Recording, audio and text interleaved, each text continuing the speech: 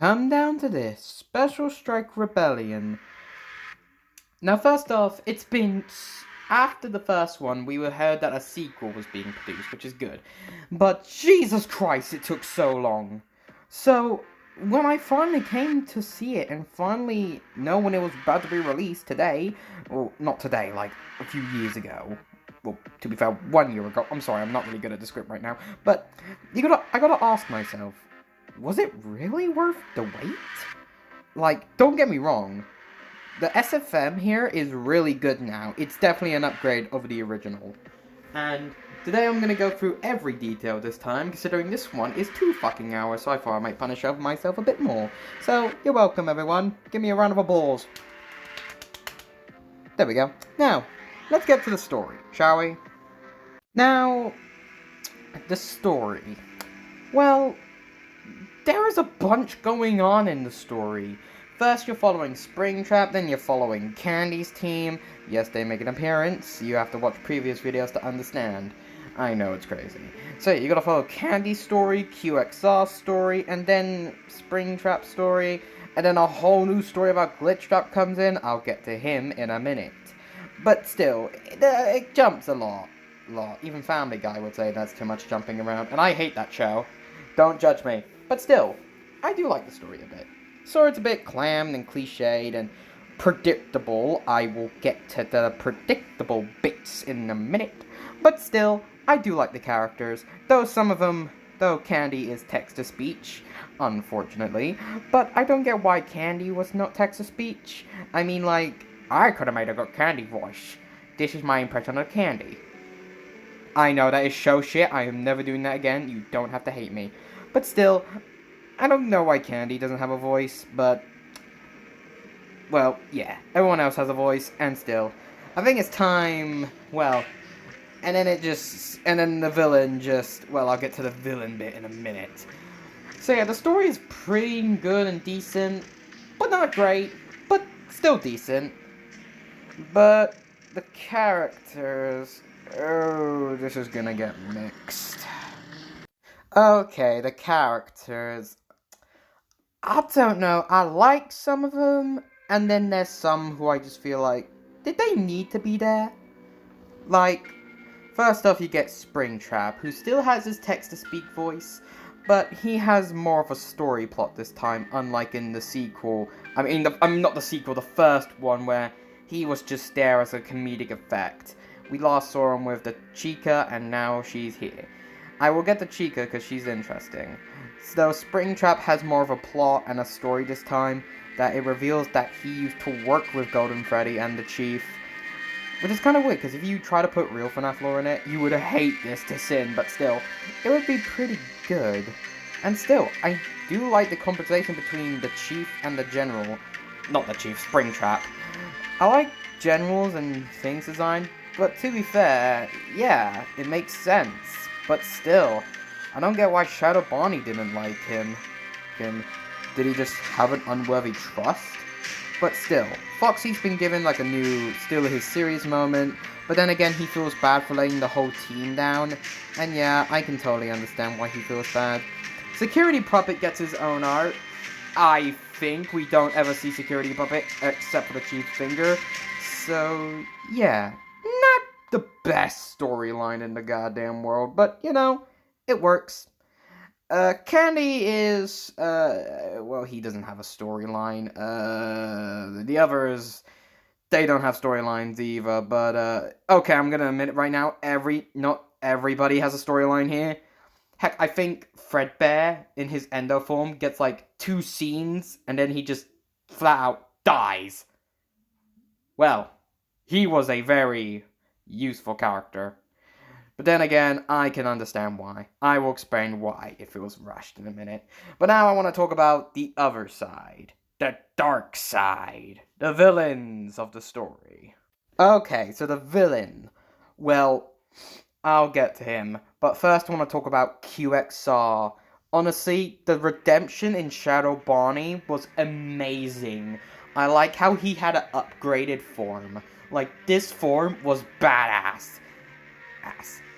I mean, I had no chance of topping Beast Bendy, oh hell nah. But still, this guy gives me a reminder of Beast Bendy.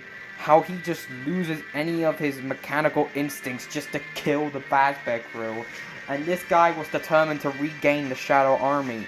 This guy had a whole story and a whole arc to be mentioned. So, as you can clearly see, I do like Shadow Bonnie's story here. I also like the General. The General has a story arc with Springtrap, and he betrays QXR, but doesn't go to plan. But still, it is still a great duet. Well, sort of. We have no signs of them hating each other. Well, to be fair, we did have signs of Shadow Freddy and Shadow Bonnie hating each other. And I'm trying not to say the F word a lot, but I feel like I've already done. But, still, this was a pretty good character and a villain. And it gets better. Berserk Chief. Holy shit! Chief was a step up. Berserk Chief is a brand new villain. Well, not really, but Jesus Christ, this guy was pretty much awesome the first moment I saw him. And he was pretty much the biggest threat in the world. And I really like how the people just couldn't stop him to begin with. Not even the Mighty Jimmy. Again, rewatch them if you have not for my reviews, because I won't go into too much. But still, QXR's design and Berserk Chief are both perfect and amazing. And I thought to myself, well, this couldn't get any more complicated, nor stupid and confusing. Unfortunately, the plot has gone off rails, and I feel like this kind of bit is like kind of filler in a bit, where they have to go through and find the characters, but I feel like this is kind of a bit of filler. But then again, it's not that bad. It's good, but not as bad. So I feel like he pushed them up a bit. Now, there's a certain thing that bugs me. I'm gonna have to get to the problem. The other villains. Or should I say, the rabbits. Oh boy, the rabbits.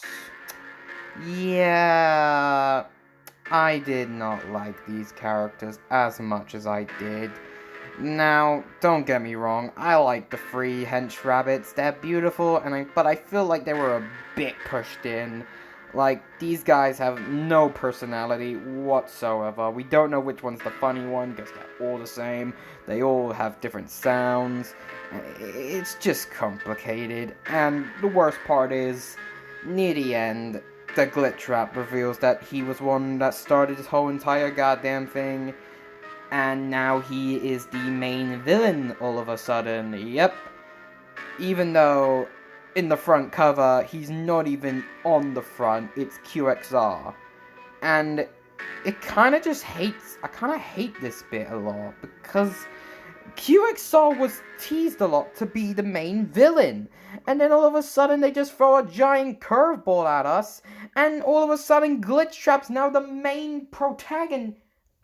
The main villain of the story. It's just there. Like, you get no build-up. Like, yeah, don't get me wrong. It was teased, like, I don't know, like, in, like, the specials and all that Glitchtrap was, like, a villain. But then again, wasn't he trying to help us in, like, Ultimate Custom Night special? Why has he all of a sudden gone off the rails and wanted to hate the Fazbear crew now? And better yet, if he wanted to help so bad, stop the Fazbear crew so badly, why didn't he just let QXR help? Why couldn't he just say, well, I can help you, let's just use the QXR, just help me defeat the Fazbears and I'll explain everything. And then immediately stab him in the back. Well, literally, he's about to stab him in the back. And, honestly, the villains here are just a joke. Like, you went from a good QXR villain who's been teased since day one to all of a sudden a predictable twist villain, and it's just annoying. And trust me, this is only the beginning of the worst. Chief is back again, like William Afton, he always comes back, but this time he's corrupted this time. Now, here's where I'm gonna start. I like Corrupt Chief. I like how he's corrupted. He's like all of a sudden lost any will to do anything anymore, and QXR is just thought he had a happy ending. QXR thought he was happy, but then no. He got stabbed in the back by his master. Glitchtrap then becomes a giant mantis, who I must be honest, that's probably the best fucking monster design I've ever seen in a FNAF thing. Like, honestly, to God, I would totally, like, have that again. Please, someone, bring it back! But still, you know what would have been better if the glitch traps was more focused on rather than QXR? Because, you know, they teased QXR since day one, and they just teased glitch trap like only a few months later before Special Strike Rebellion was even announced. So, what about the ending? Considering I like almost everything besides the villains, a bit of the story, and, well, let's just get to the ending bit. So, now I don't know whether to call this guy a villain or not, but to be fair, I might as well bring him in. And the creator, the observer, not really, but the hottest dog, basically. I really think he's just okay in my books. Like, he's the one who sent out the glitch traps to do the whole thing, and then he gets there, and I'm like, it's confusing! I know, we don't know which one comes first, but still, yeah, I'm like Chica right now. Like, what the fuck? Sorry, I said fuck again. Ah, fuck. Anyways, still, I really like his design, but then again, he just comes straight the hell out of nowhere.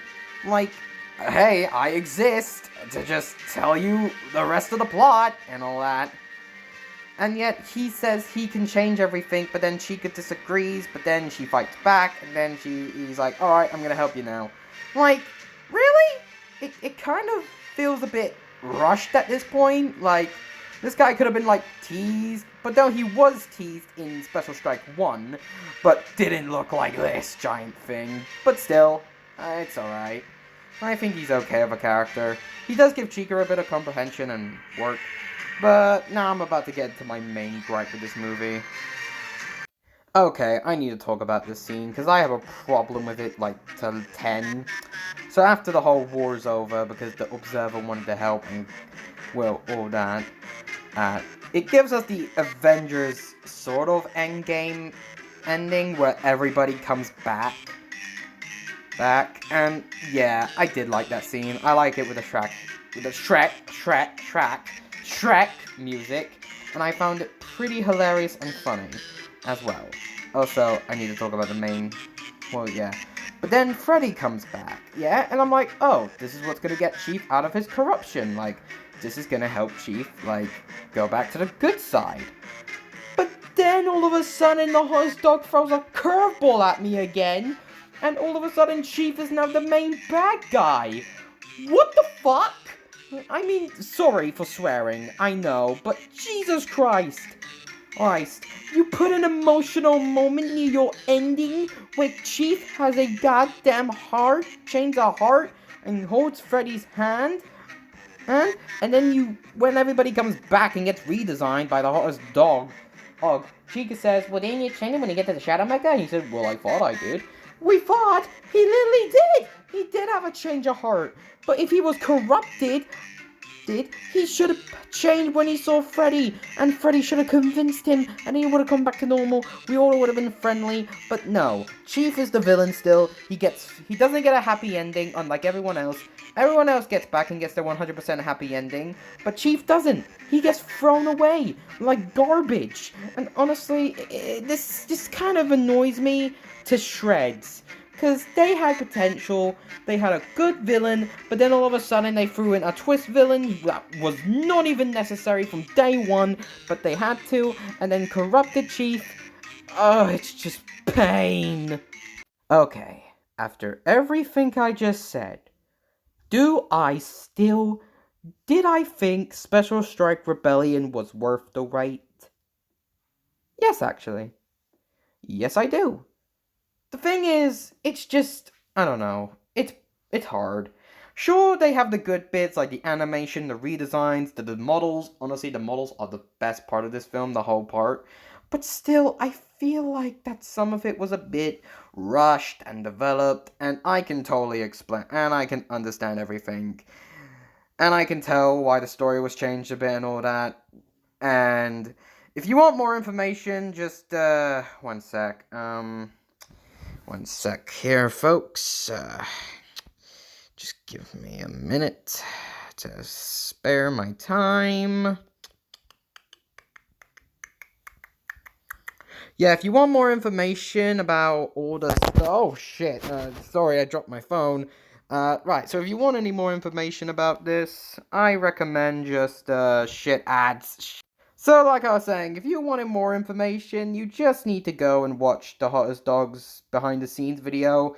He'll explain why a few things were rushed, but then I'll explain why Chief is almost not a bad guy. And still, it was a good finale, and I feel like it was a good ending to the franchise.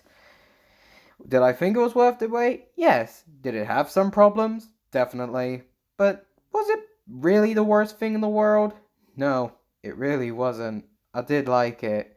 And I'm not gonna lie to you, my favorite character had to be Obese. He was the funniest, and he was my favorite. He solos the universe. I'm sorry.